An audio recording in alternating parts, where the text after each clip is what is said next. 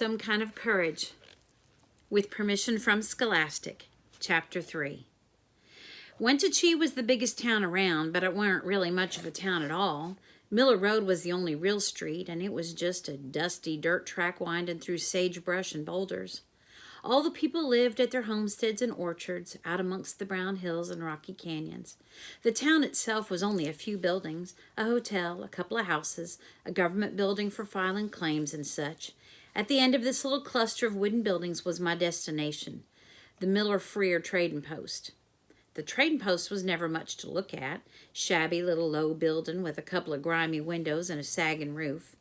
I shook my head and cursed softly when I saw it, but not because it was small and plain. I cursed because I knew right off that what I was after weren't there.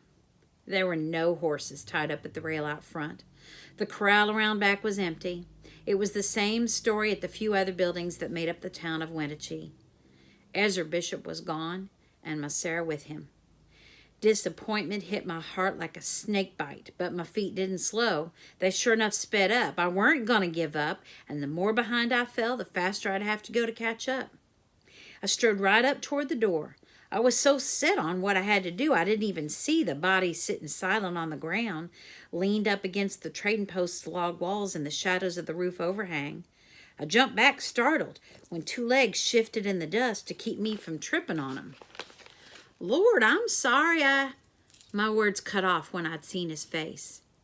He was a Chinese, and just a boy, not any older than me, and maybe a bit younger.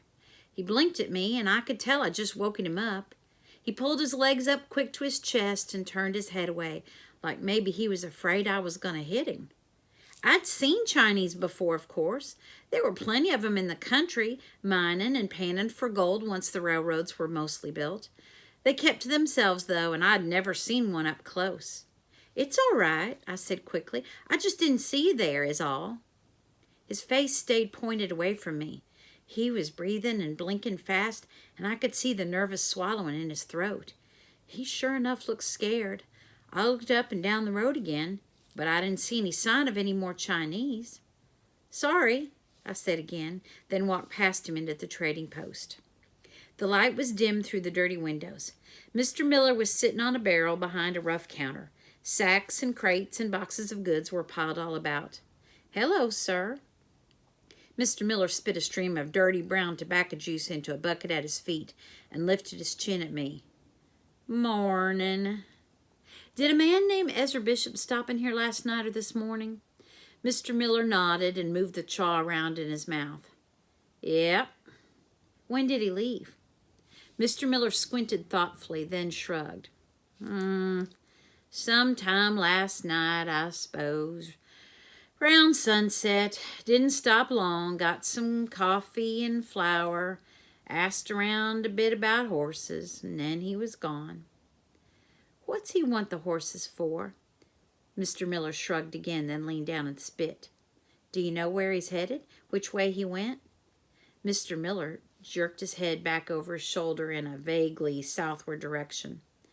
Said something about Walla Walla. Took off down Rock Island way last I saw. Walla Walla? My heart dropped. Walla Walla was clear across the state, a couple of 100 miles, I reckon. My hands went all sweaty and my belly tightened. I felt like I could feel my Sarah being dragged farther and farther out of my reach. I licked my lips and shifted restless from foot to foot. How you suppose he's going to get there? Mr. Miller had never been one for conversation, and I could tell he was getting good and bored with our talking. He scowled and screwed his eyes up at me. Heck, boy, I don't know. Up and over Colocum and down through Robber's Roost, I suppose. 'Tain't no concern of mine, and it probably ain't none of yours neither. You here to buy something, or just to jaw at me all morning? No, sir, I appreciate your help. I was backing toward the door when I remembered the boy outside. Who's that boy out front, sir? Mr. Miller grimaced. What, the Chinaman? He's still there? He shook his head and spit. Chinaman. I heard the word in my mind, then my mama's voice. I'd said it once, the year before, after we'd passed a group of Chinese on the road to Yakima. "I don't like that word, Joseph," she'd said. "It's an ugly word, and I don't want you saying it." I'd been confused. Everyone called them Chinamen. I didn't know there was another word for it. "It ain't a curse word, Mama," I'd argued. She pursed her lips. "Any word can be an ugly word if you say it ugly. And people say that word ugly, Joseph, nearly every time. It sounds hateful, and I don't like it. They're people just like us at the end of the day, in the Lord's eyes, if not in his people's." Mama had always been my measure of goodness, and always would be. I hadn't said Chinaman since. "That ain't no man," I answered Mr. Miller. "He's just a boy. Where's his people?" "Under a few feet of dirt and rocks," he said matter-of-factly. "Him and a couple of grown ones limped into town 3 days ago. The others were sick as dogs. Died 'fore sunset. Not sure of what." I stared at him. "So he's all by himself? He ain't got no family or nothing?" "Nope. Been sitting there like that ever since he showed up 3 days ago. Must be hungry as a bear." My belly dropped down to the rough board floor. "You mean he ain't eaten in 3 days? You didn't give him no food?" "Give? I ain't in the business of giving away food, boy, especially to Orientals. Another Chinaman'll happen along here any day, I suppose. They can take care of him." "What if one don't, though?"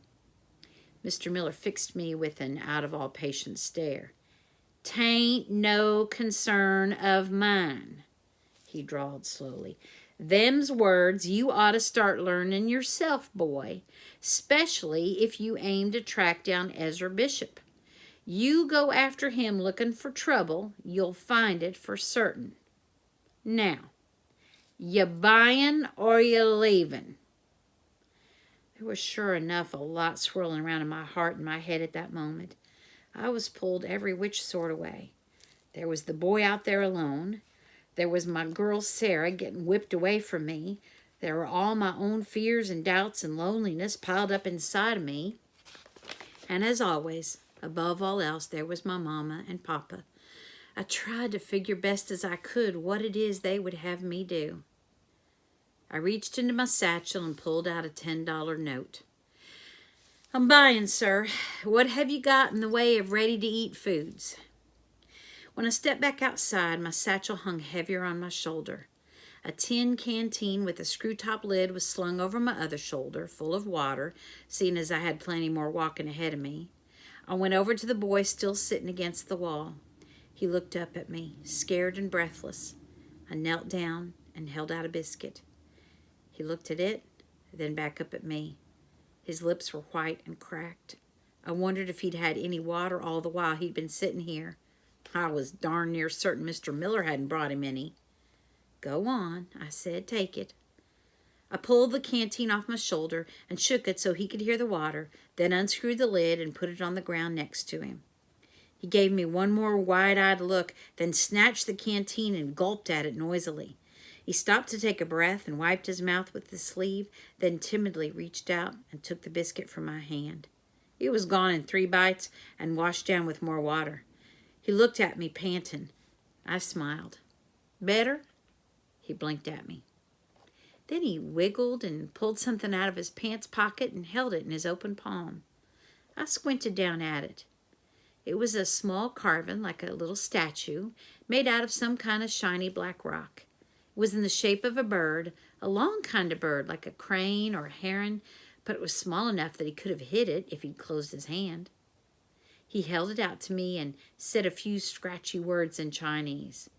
I didn't know a lick of what he was saying, but I could tell from the sound of his voice and the look in his eyes that he was asking me a question. Shrugged my shoulders helplessly. He said the words again, more insistently this time, stretching to hold the bird closer to me so I could see it better. "I'm sorry," I said, shaking my head. "I don't know what you're saying. You speak any English?" He just blinked at me again, then pursed his lips and slid the little black bird back into his pocket. I thought I could see tears welling up in his eyes. "Okay," I said softly. "No English. Well, I'll go ahead and talk anyways. I'm heading that way," I said, pointing south toward Rock Island. "You're welcome to come with me. I got some food, and I'm heading toward bigger towns. Towns with more Chinese, likely. You want to come?" There was no flicker in his face, no sign he understood a plumb word of what I'd said. I stood up and screwed the lid back on the canteen. He sat stone still, looking up at me. I reckon I ain't never seen no one look scareder than that Chinese boy sitting there all alone. I held out a hand down toward him. "Come on, there ain't nothing for you here." I could see he was frozen. When you ain't got nowhere to go, I suppose it's easy to stay right where you are, no matter how awful. "Come on, it'll be all right, you'll see." I saw the decision come together right there in his eyes. His eyebrows crinkled for just a second like he was getting ready to jump off a moving stagecoach, and then he reached up and grabbed hold of my hand. I pulled him up and got another biscuit out of my satchel while he beat the dust off his britches. I handed him the biscuit, and he did some sort of nod or bow that looked an awful lot like a thank you. "Don't mention it," I said, sticking out my hand. "My name's Joseph Johnson." He just blinked at me and held his head way back like he thought I was going to hit him. "Joseph," I said louder, thumping myself on the chest. Nothing. "Joseph," I repeated, poking myself with a finger. "Joseph." Then I held my hands out to him, waiting for him to say his name. The kid just blinked some more and then frowned. "Look, we got a ways to go, you and me. We got to at least be able to call each other something." I reached out and grabbed his hand. He flinched, but didn't yank it back. I pulled his hand up and held it against my chest. "Joseph. Get it? Joseph." I dropped his hand and then pressed my own up to his chest. I could feel his heart beating through his thin black shirt, fast and hard like a scared rabbit's. I curled my eyebrows into question marks. "You? Huh? You?" The kid just stood there looking at me with his pounding heart and blank face. I dropped my hand with a sigh. "All right. Well, let's get a move on." A nervous storm brewed in my belly. My mission had already been a tough one when I only had myself to worry about. Adding a Chinese boy who didn't know a word of English to the mix weren't going to make it any easier. But I knew with a certainty that I'd done what my mama and papa would have wanted me to. I turned up the road and started walking. The Chinese boy fell in line, a step behind me. We walked off together to find the devil who had my horse.